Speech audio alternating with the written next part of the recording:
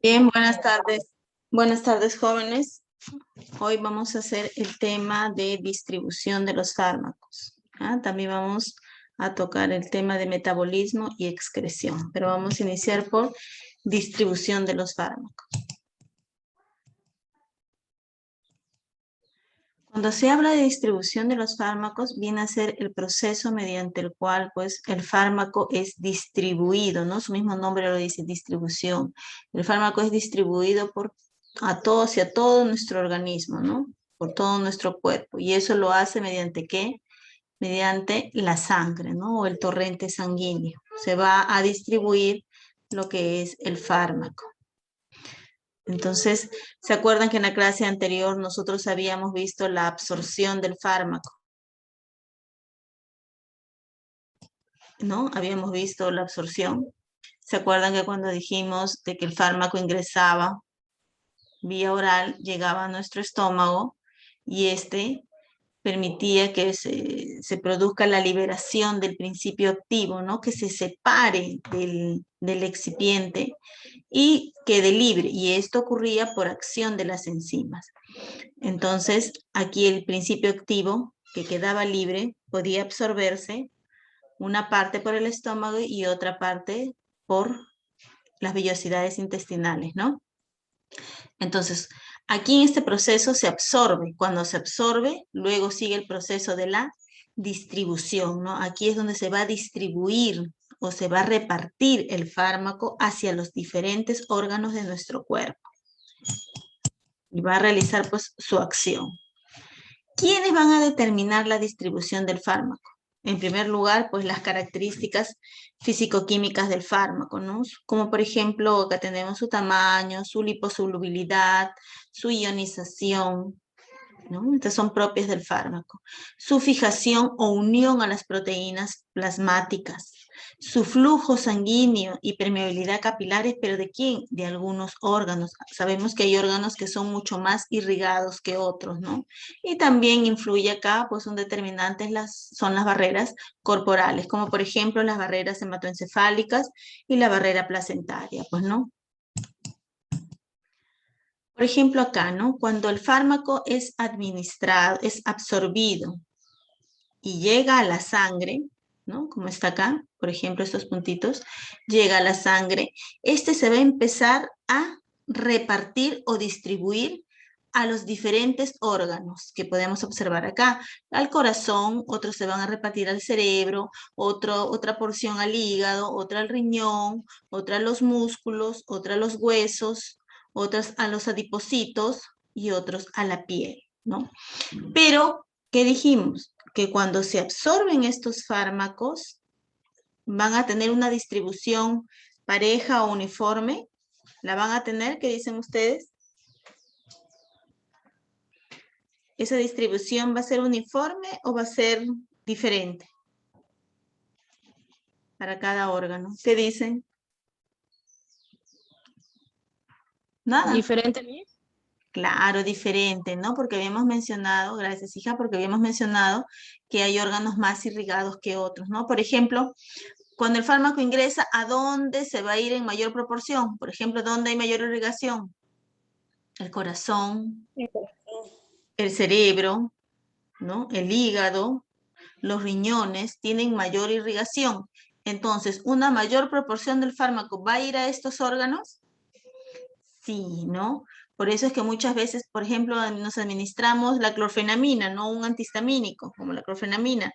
Entonces, este fármaco, ¿no? ¿Qué nos dicen? De que uno de los efectos es la sedación.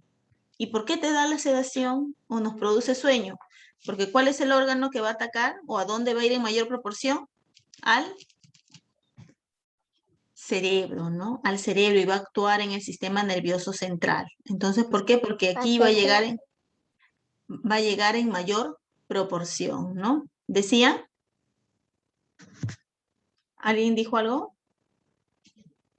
Bien, entonces los órganos de mayor irrigación son el corazón, cerebro, hígado y riñón, donde el fármaco va a llegar en mayor proporción o mayor cantidad. Y los órganos que son menos irrigados y donde el fármaco también va a llegar, pero en menor proporción y un poquito menos, es en los músculos, a los huesos, a los adipocitos y a la piel, ¿no? Entonces, la distribución no va a ser uniforme, ¿no? Otro factor que influye en la distribución era la unión a las proteínas, ¿no? Entonces, aquí vemos que los fármacos se van a transportar o van a distribuirse a los diferentes órganos.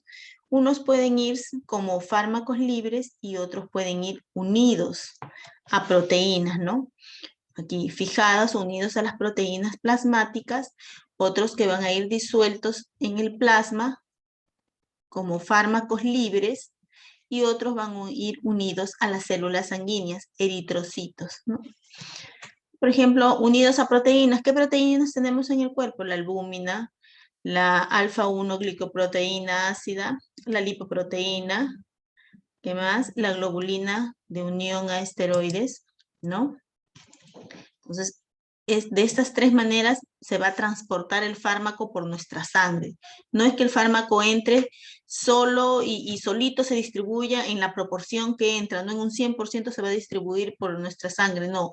Una parte alguno de ellos se va a unir a las proteínas plasmáticas, otros van a ir libre y otros se van a unir a los glóbulos rojos, pero dependiendo qué tipo de fármaco. Ahora, se van a unir a proteínas en diferentes proporciones, no todos en la misma proporción o en el mismo porcentaje. Vamos a ver por acá.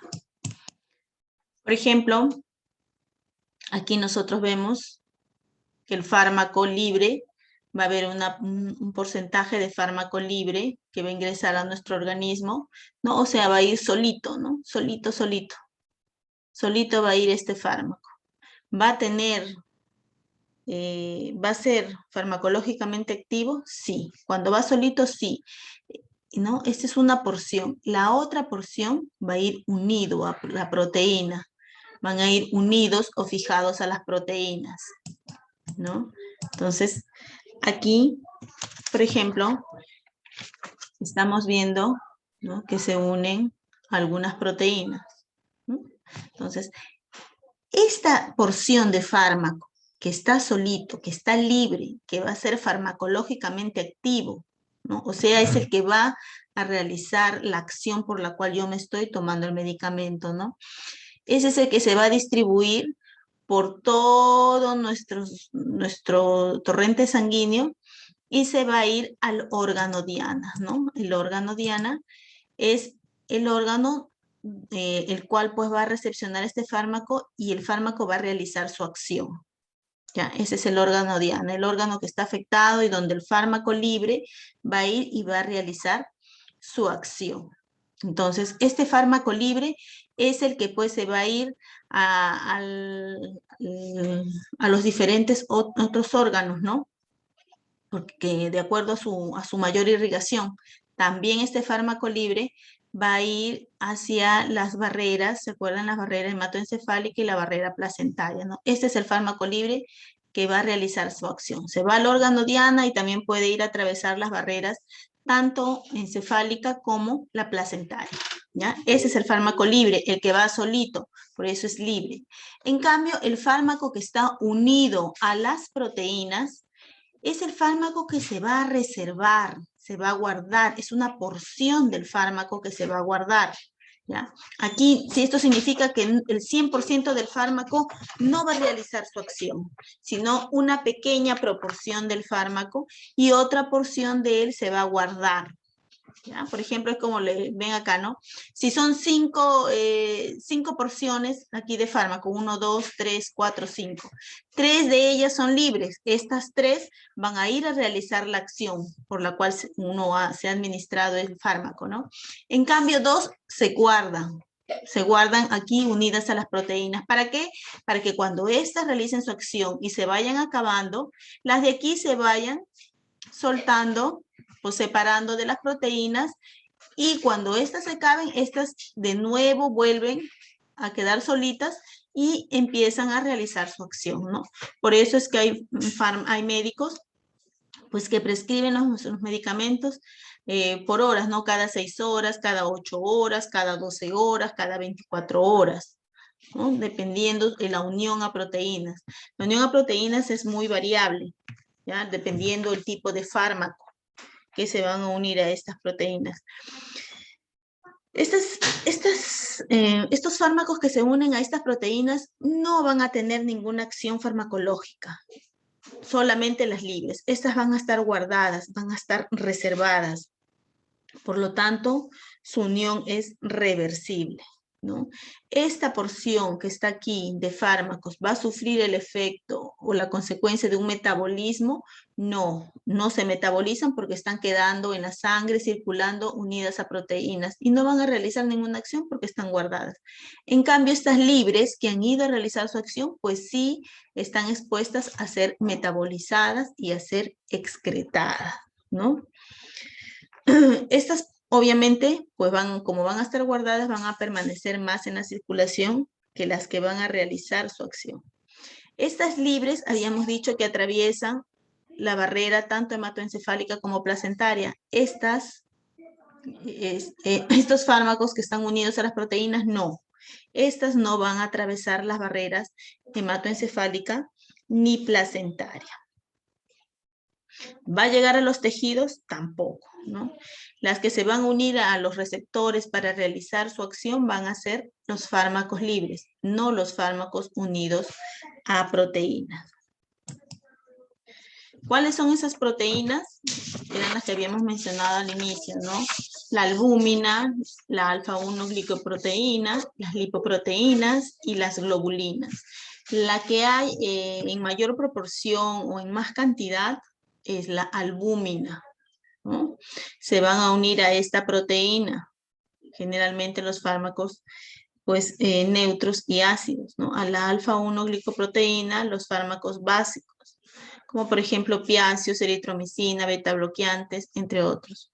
En las lipoproteínas se van a unir fármacos muy liposolubles. Y en las globulinas, transporte de sustancias endógenas, ¿no? Propias del organismo, que elabora el mismo organismo. Entonces, a la proteína que se va a unir en mayor proporción es a la albúmina. Por eso es importante que se le pueda administrar a un paciente que está padeciendo alguna enfermedad y que tenga una disminución de albúmina. Es importante que le realicen un análisis para ver el porcentaje de albúminas, porque si tiene menor proporción de albúminas, entonces va a haber mayor o menor fármaco libre. ¿Qué dicen?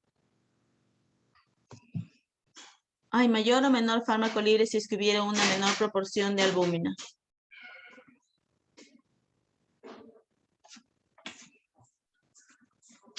¿Qué dicen?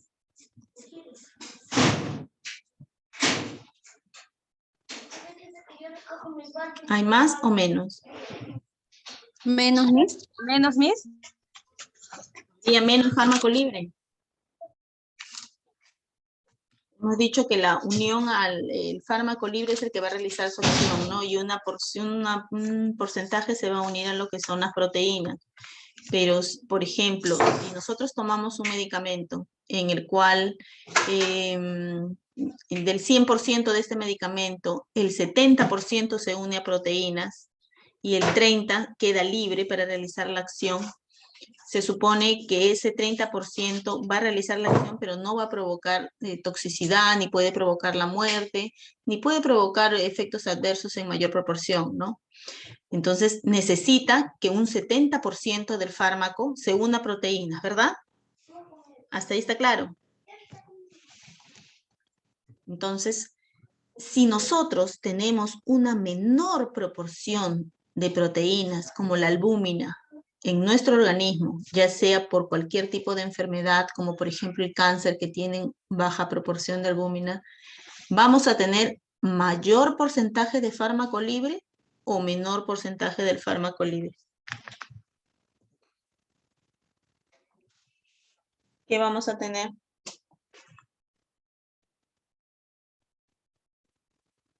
Se supone que si tengo menor proporción, ese 70% que tiene que ir unido a las proteínas, ¿se va a unir a ellas? ¿El 70%? ¿Sí o no? No, Miss. No, entonces quedaría en mayor proporción el fármaco libre, ¿no es así? Porque tenemos poca cantidad de albúmina. Entonces va a haber mayor cantidad de fármaco libre. Ya no va a ir el 70% unido a proteínas, sino irá pues un 30 o 40% dependiendo la cantidad de albúmina que pueda tener pues yo en mi cuerpo, en mi organismo, ¿no? Entonces va a haber una mayor proporción, mayor cantidad de este fármaco libre en mi organismo y me puede provocar alguna toxicidad. ¿Cuáles son los factores que influyen en la unión a las proteínas plasmáticas, ¿no? Pues acá tenemos la edad, la gestación y algunos factores patológicos. En el caso de la edad, en los recién nacidos hay menor unión a proteínas plasmáticas, ¿no? Porque hay una menor proporción de proteínas plasmáticas en un recién nacido. Entonces, y por lo tanto, si hay una menor proporción de albúmina en el recién nacido, entonces va a haber mayor proporción de fármaco libre. Por eso es que nos dicen que no hay que automedicar a los bebés o a los recién nacidos porque les pueden provocar la muerte, ¿no? En el caso de los ancianos, pues ustedes saben muy bien que conforme pasan los años,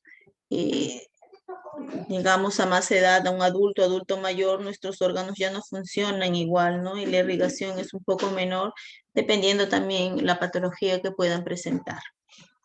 Entonces, aquí también se tendría que controlar, pues, el porcentaje de fármaco que se les está administrando a los pacientes, ¿no? A los adultos mayores. En la etapa de la gestación, pues toda la farmacocinética va a variar en la gestante, ¿no? Va a variar la absorción del fármaco, va a variar su distribución, su metabolismo, va a variar su excreción, ¿no? También esto va a influir, pues, porque por la modificación hormonal que tenemos, se supone que el metabolismo cuando estamos gestando se enlentece, ¿no? No es acelerado, no es normal. Entonces va a haber de repente va a haber el alimento en mayor tiempo en el estómago, entonces la absorción de los medicamentos va a ser menor, entre otros, ¿no? En cuanto a la irrigación, pues sabemos que hay mayor irrigación cuando estamos gestando, entonces el fármaco se va a distribuir con mayor rapidez, ¿no? Que cuando estamos aparentemente sin gestar, ¿no? Entonces, también aquí hay menor unión a proteínas plasmáticas, ¿no? Hay mayor también fracción libre del fármaco. Entonces, por eso es que también se tiene que tener cuidado de automedicarse cuando se está gestando, ¿no? Por eso es. Factores patológicos, pues los que les mencioné hace un momento, ¿no? Cuando hay una reducción de la albúmina en el cuerpo, bueno, cuando hay una insuficiencia renal, cuando hay un aumento de la albúmina, ¿no? También en el caso del hipotiroidismo. Distribución a través de las barreras, ¿no? Tanto la barrera placentaria como la barrera hematoencefálica. Entonces, en estas dos barreras los fármacos van a poder atravesar con facilidad, ¿no?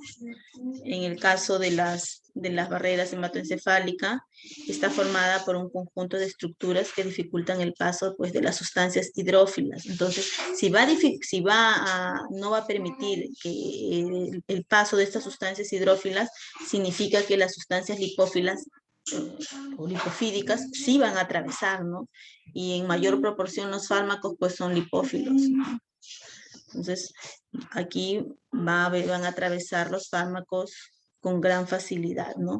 ¿Cuál es su mecanismo de paso de los fármacos? Es por difusión pasiva.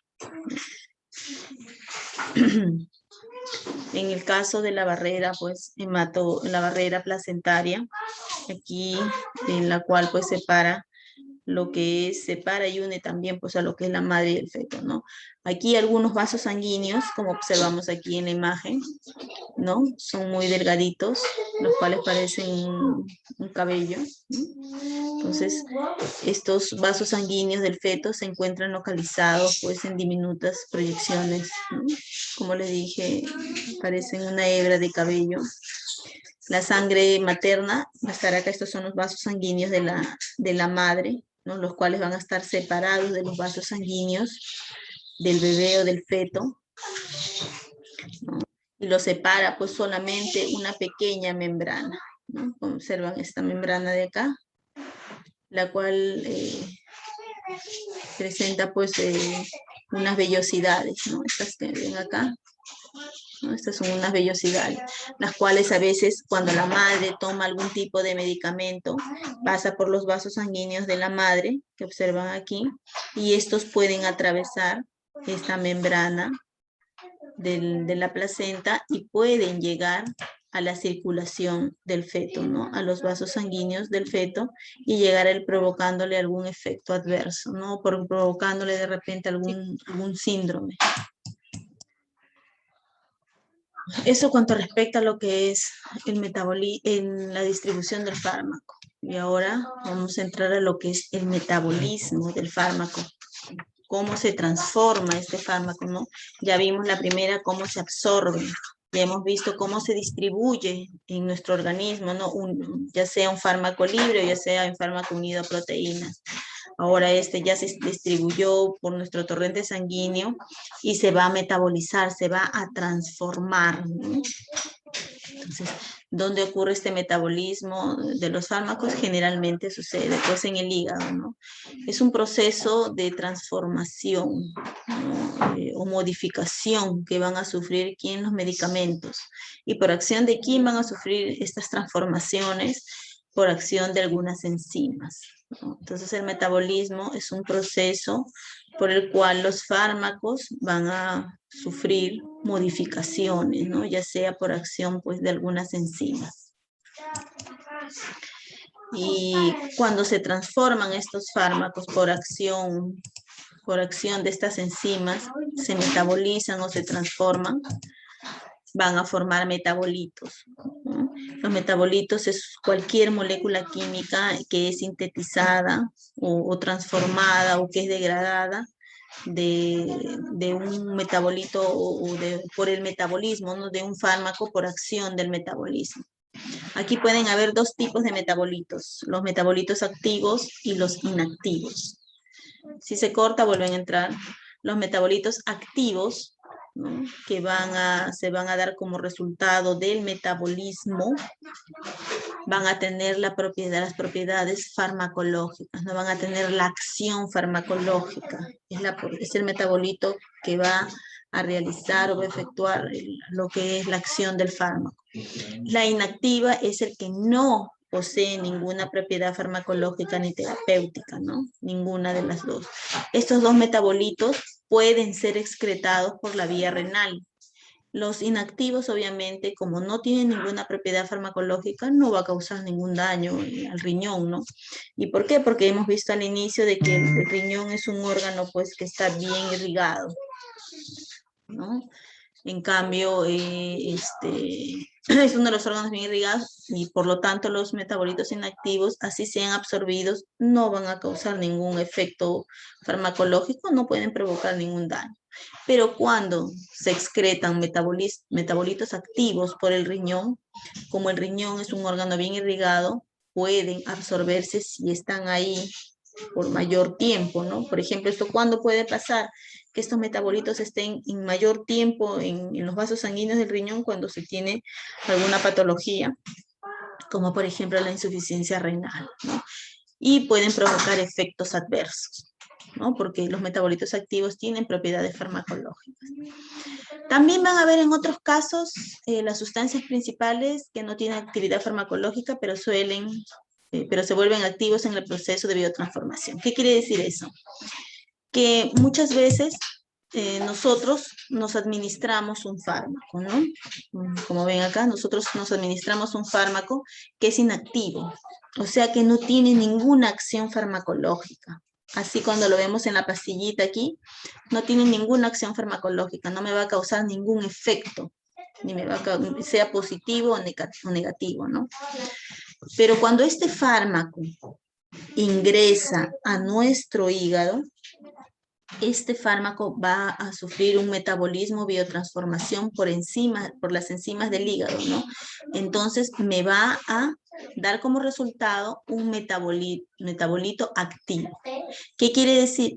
Que yo estoy tomando un fármaco inactivo y este se va a transformar en el hígado a un metabolito activo. ¿Y cómo se les llaman a estos fármacos? Se les llaman profármacos, ¿no? Profármacos, porque todavía no tienen ninguna actividad farmacológica.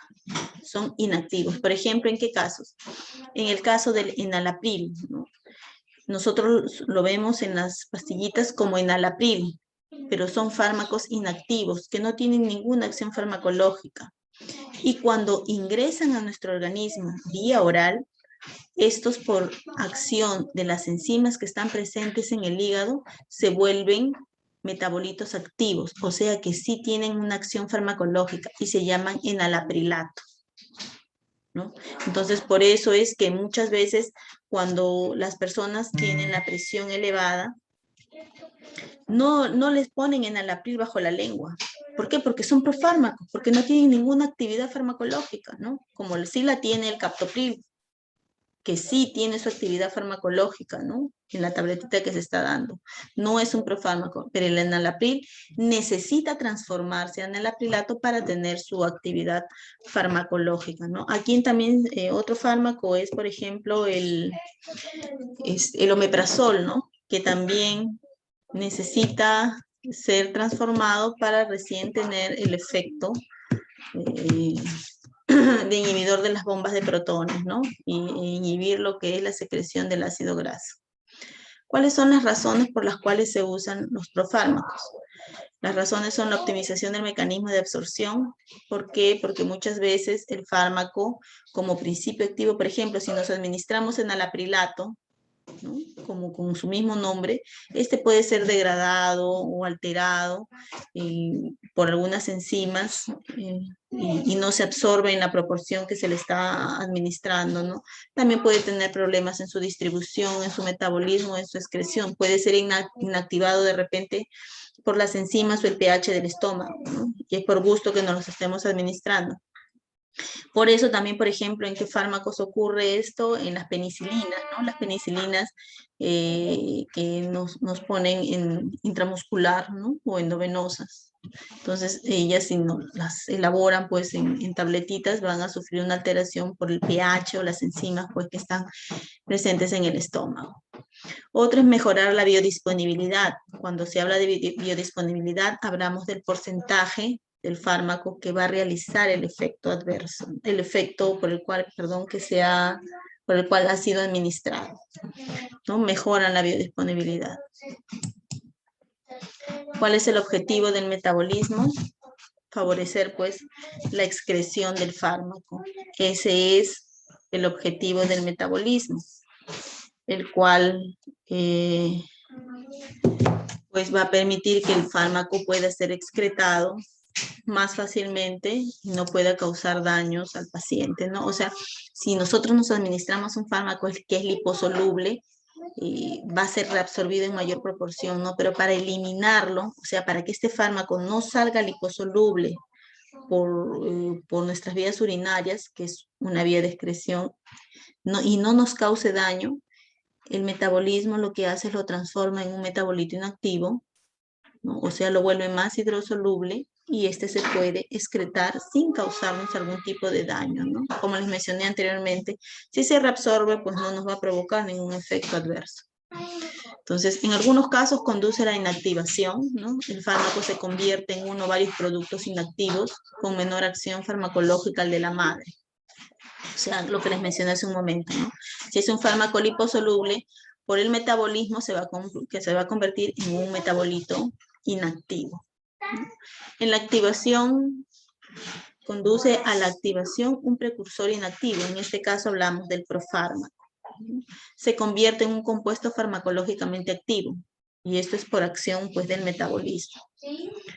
El mantenimiento de la actividad, ¿no? Cuando un compuesto activo se transforma en otra sustancia activa, o sea, no sufre ninguna transformación. Como entró, igual sale, ¿no? Pudiendo ser una nueva sustancia. Sitios donde se va a realizar el metabolismo, pues generalmente se puede realizar en el intestino delgado, en el riñón, en la sangre, en los pulmones, en las glándulas suprarrenales, pero aquí puede ser en una pequeña proporción o en un pequeño porcentaje, ¿no? Pero donde mayormente se realiza el metabolismo es en el hígado, ¿no? Claro, como les mencioné, tampoco menospreciando estos otros tejidos que sí puede sufrir un metabolismo, pero en menor proporción y obviamente dependiendo de las características del fármaco.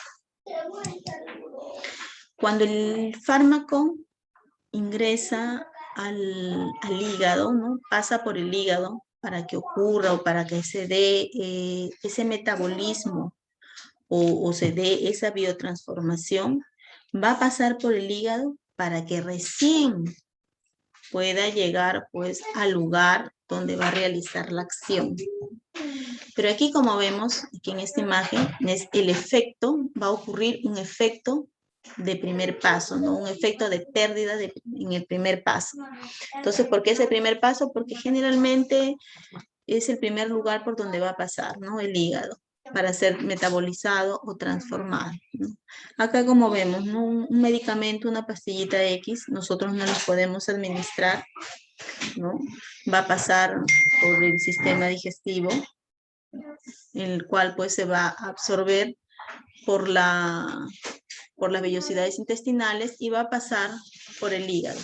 Si aquí nosotros hemos tomado esta pastillita, vemos que tiene un 100%. Si se corta, vuelven a entrar, por favor. Tiene un 100% del principio activo. ¿Qué va a pasar aquí?